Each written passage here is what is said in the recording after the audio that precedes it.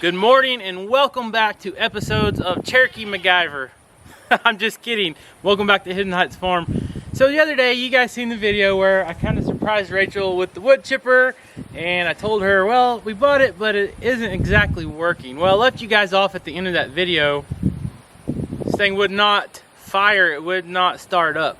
So we're gonna kind of get into that today. I have replaced the oil and also finally got that part out. I'll show you guys a little closer. This was a oil pressure,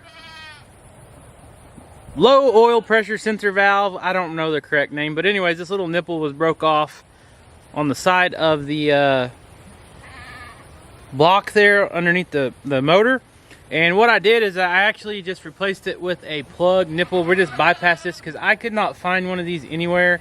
There's no guarantee that this one's even bad. I didn't test it or anything, but I got online and did some research, and a lot of people just plug that hole and, you know, use your smarts about it. It's common sense to always check your oil anyways. So since I've replaced this, I just plugged it and I bypassed the little electric connections. I just kind of tied them in together so it's creating that connection for the ignition and the coils and all that. And I know a lot of you probably aren't interested in all that terminology, so I'll just cut right to it. But ever since we got that done, I have not started it up yet. I did replace the oil filter, drained all the oil, replaced the filter, put new oil in it. We're good to go. I got some seafoam. I've got a couple gallons of fuel in the tank. We're gonna put some seafoam in there and we're gonna see if this thing will fire up. I got a good feeling. I know we got gas in the carburetor now, but I have a good feeling about this. I think it's gonna work out fine, and if we can get it running today, we'll go try it out, because I got some limbs and stuff over here in the Kiko field we need to try to get out of the way, and what better way to test this thing out. But today we are actually preparing for some severe weather. Yesterday it hit 95 degrees. We're midway through October, and you know, that's not unheard of, but it is pretty rare. And tonight we're supposed to get some severe storms coming in, so we gotta get the cellar cleaned out. Again, you don't usually plan on cleaning your cellar out in the fall time, but where we're at here, it's really rocky, and the scorpions and black widows and stuff like to get in there, so we gotta try to get that cleaned out and prepare for the worst. But anyways, I'm gonna grab some stuff. I have a jack. When we bought it, this thing had a broke jack on it. It does work, but it's very dangerous. It almost fell on me the other day. So we'll try to replace that. And if we can get this thing running, we'll hook it up to the Ranger and pull it over in the field and see if we can't do some chipping or mulching. So since this thing had been setting forever, how long, we don't know. I drained the old gas out of it, and some of the old gas could have been sitting in the carburetor and the lines. And since we already got good fuel up to the carburetor now, I'm going to go ahead and add some of the seafoam. And what this does is it kind of treats your gas. It cleans out injectors, carburetors, and stuff like that. And it calls for 1 ounce per gallon. I don't know how many gallons of gas I put in there for sure, but I don't think it's going to hurt if I add a little too much extra. I'm not even going to measure. I'm just going to pour it in there. Because like I said, this thing's been setting a while, so I think it's going to need a good cleaning. And I'll just let it sit there, and if I get it fired up, I'll let it run for a little bit. And what that'll do is it'll get that seafoam up into the carburetor, and if there's any residue or anything like that, sometimes if you don't use pure gas in any kind of motor at all, a lot of times in those rubber fuel lines, what happens is it will kind of, if you use like any gas with the ethanol in it, it will gum up in those fuel lines. It goes up to your carburetors, and then it plugs your jets and stuff. But I think we're ready to go. The battery should still be charged. You guys are going to see it firsthand whether this thing is going to actually get fire or not, since I changed the oil and bypassed that little plug. So let's see what happens. Still got fuel. Now, I have not changed any of the spark plugs yet. From what I read, that little sensor that went bad will block the ignition from sending fire. So without fire, it ain't gonna start. So I think we're good to go. We'll choke it. Moment of truth.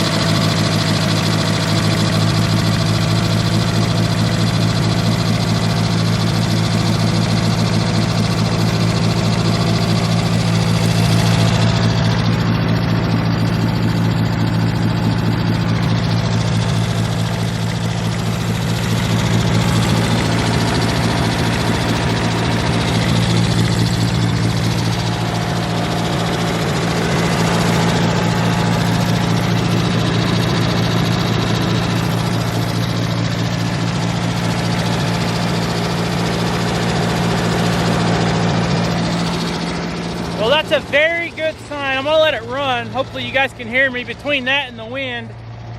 Today seems like a good video to do a wood chipping video because you can't really talk too much with this wind like it is, and I apologize if it is bad.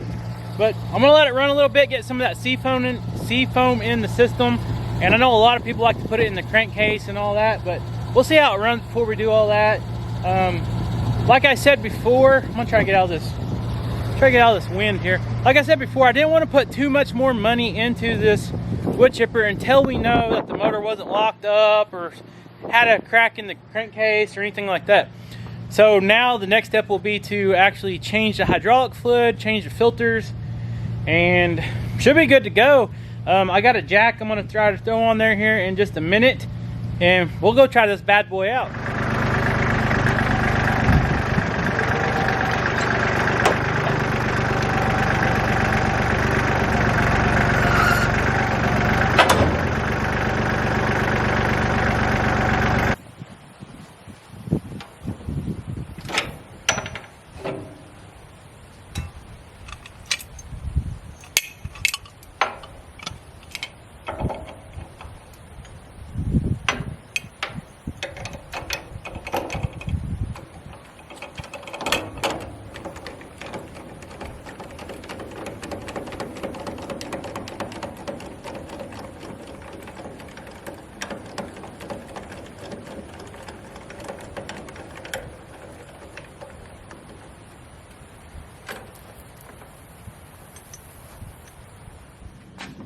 All right, so luckily I was able to order that jack right off of Amazon, and it fit right on. It actually came with a weld-on steel piece, but that one already had one on there and it just fit right in, the pin fit. But unfortunately, the only bad thing, it's not bad, but it's just not real handy. That hitch is a 2 5/16 inch ball, which normally most of all our stuff's 2 inch, except for our big utility trailer out there. It takes the same size ball, but luckily I had this extended hitch that I had on our old Ranger, because I used to pull some stuff around like the wood chipper and stuff, and I had to kind of have an extended hitch for it. And I had an extra ball laying in my toolbox. So I'm gonna get that put on, hitch this up, and then we'll pull this thing over in the field and see if it actually engages the hydraulics.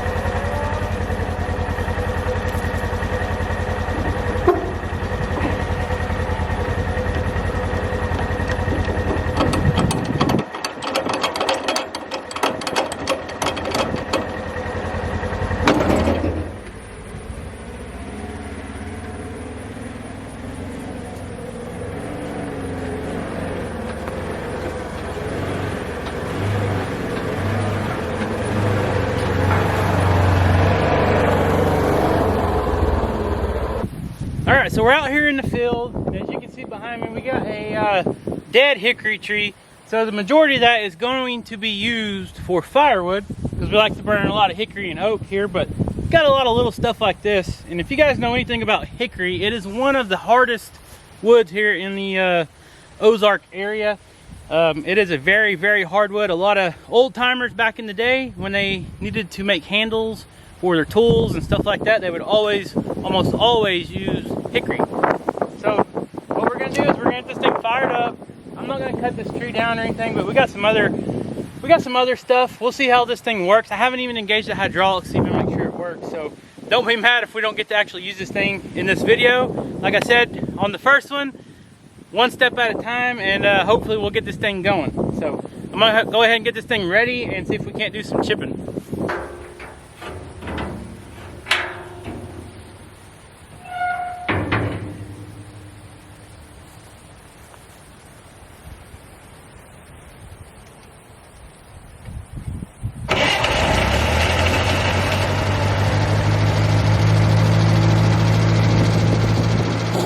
Okay, so as you can see, the feeder is actually turning. That is a big steel wheel turning in there, and what that does, it's got these teeth on it. And as you put sticks and stuff in there, it actually pulls it in, and the blades are actually inside behind that.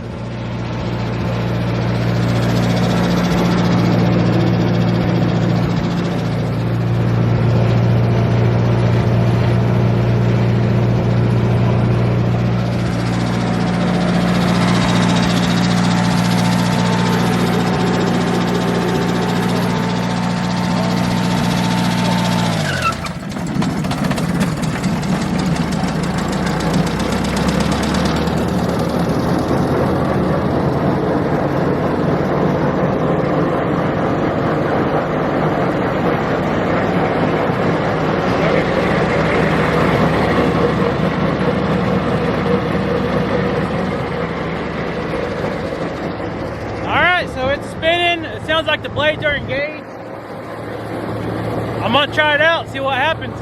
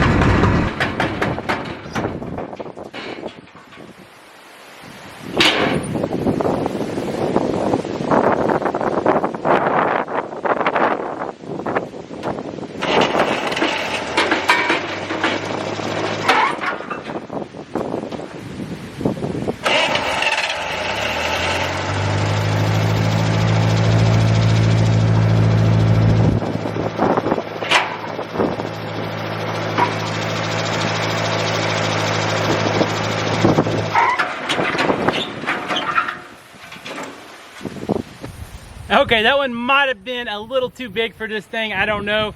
Dutch is the expert on these. He used to run one of these at his old job and stuff. I have never used one, but you see it works. The chipper works. I've got to try to get into this access panel to see if I got it jammed up or what the deal is. So I'm gonna go grab some tools and see if we can't get that thing unjammed. It keeps killing the motor every time I try to engage it. So there's something bound up in there or something. Hopefully I didn't tear it up.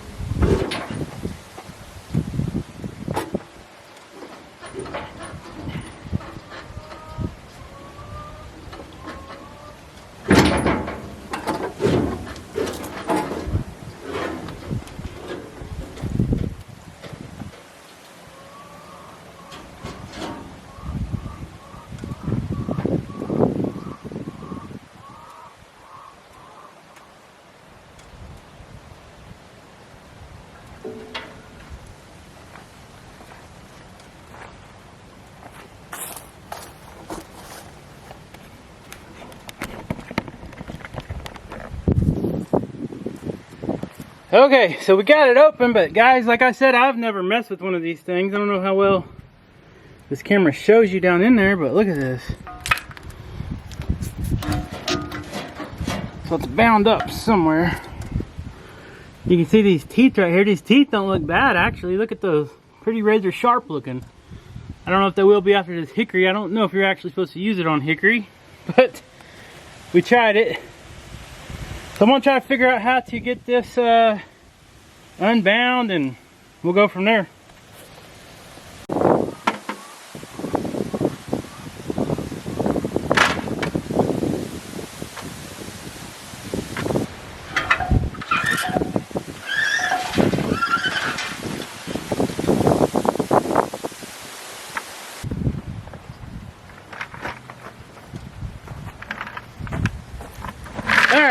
Got a bunch of hickory chunks in here. That would be awesome if the guy had a traditional smoker. So I think this thing would be fine to mulch up green hickory trees, like you just freshly cut limbs or a small sapling or something. But when this hickory sets and dies and dries up, it is almost as hard as a rock. So I don't think we'll be doing any more dead hickory to this thing. So I'm gonna get put back together, and we'll head out back into the field, and I got the chainsaw. We'll go cut down some little saplings or something to throw in there.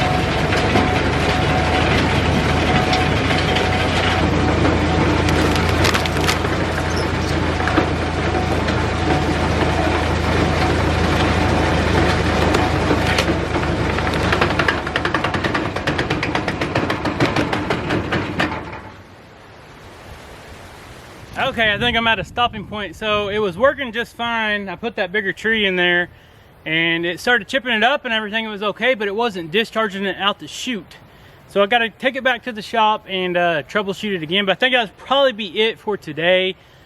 I probably won't try to mulch anymore. It's getting too hot and I gotta go get ready for these storms coming in. But I think it's gonna be all right if I can just figure out why it isn't discharging. Every once in a while it discharges fine. You guys can see all that debris flying out, but then every once in a while it just like it clogs up or something. Where's Dutch when I need him? He usually he should know a little bit about this, like I said earlier, and maybe he can show me what I'm doing wrong or what I need to do. I still haven't greased anything yet, so I don't want to use it too much anyways. That will help free up a lot of stuff. Although I can hear that wheel that the blades are on that mulches everything up, it spins freely really well. So I don't think that's the issue, but there might be something else that I'm just not seeing. So I'm gonna load up, head back to the shop, and we'll see if we can't get it fixed.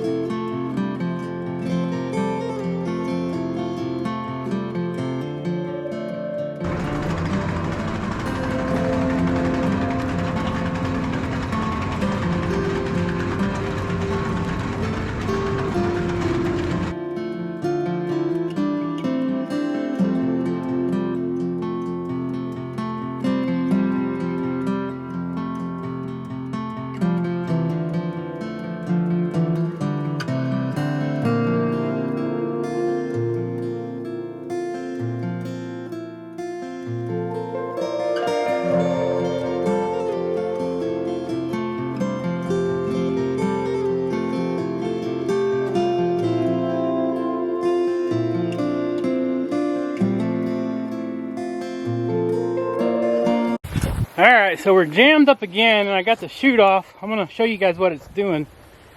See right there, and get it to adjust. All that mulch just keeps building up right there and I don't know why. And what that does is it makes this blade get clogged up, puts too much pressure on it. So what I'm having to do is mulch a little bit and then I gotta clear it out by hand. See that? You shouldn't have to be doing that. So I'm gonna try to figure this out again. Okay, I just cleared it again. I just greased all the grease zerks that I could find, but I don't think that's the problem.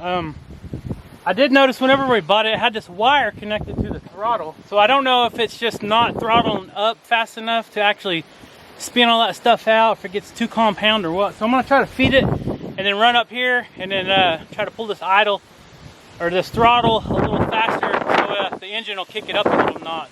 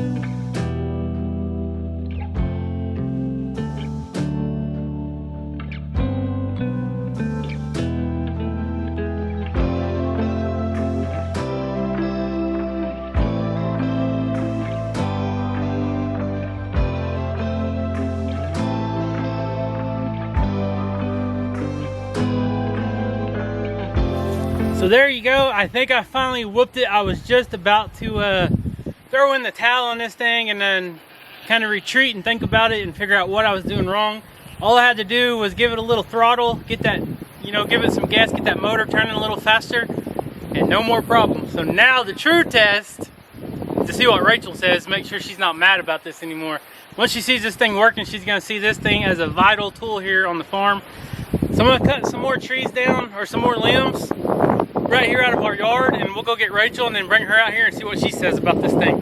I think she's gonna like it because it's actually kind of satisfying watching it work, when it works right. Okay, so we got Rachel out here, now it's time to give her the bad news. So the good news is this thing weighs a whole lot, it's really heavy. So it's worth a lot in scrap metal. The bad news is it doesn't work right. So. What do you mean it doesn't work right? I'm kidding. I was gonna say, you and Dutch better figure that out. Yep, I think I got it figured out now, but now it's time. I want to give you these safety glasses and the hearing protection, and we're gonna let her try it out now and see what she thinks. You're not gonna put me in it, are you? No. Nope, it's me sitting right there. Me, don't get in it.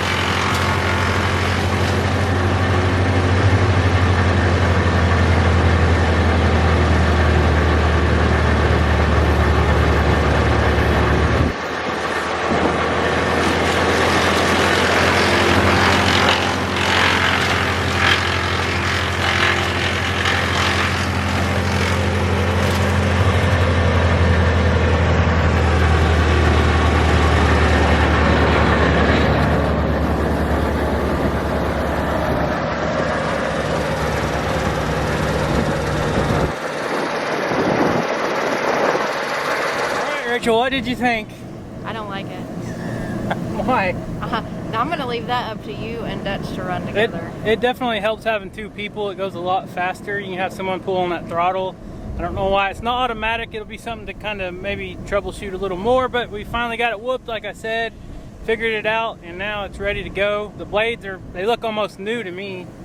I had trouble getting the limb in there. You gotta kind of learn it. It's not something you can just pick up a limb and go stick it in there. You kind of got to learn the angles and all that it likes to pick it up, and that wheel pulls it in and all that.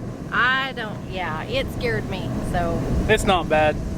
I'll help you do everything else. I can help run the saw You can now. run the throttle. I can run the throttle. You don't have to feed the limbs in there. I can do that. I don't want to do that. That scared me. But it works, so there you go. Thank goodness. The good thing is if we decide we don't want it and Dutch doesn't want it anymore, we could easily get our money back out of it now that it's fixed and it's working good. It's a good machine. It's a good brand. Yeah. Those Wisconsin motors that it has on there are very great. They're good running motors. See.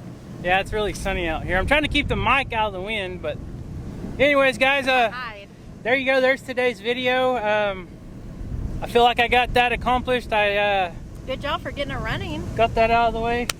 All by yourself. All by myself. Good job. I get a gold star. You get a gold star. So anyways, guys, thank you so much. We love you. Stay tuned for the next project. You never know what's going to show up here at Hidden Heights Farm. No, you don't. And I don't Working either. or not. Half the time I don't either. So. Yep, but that's the fun of life, right? You only live once. So subscribe, leave us a comment, and we'll see you next time. Thanks, guys. See ya.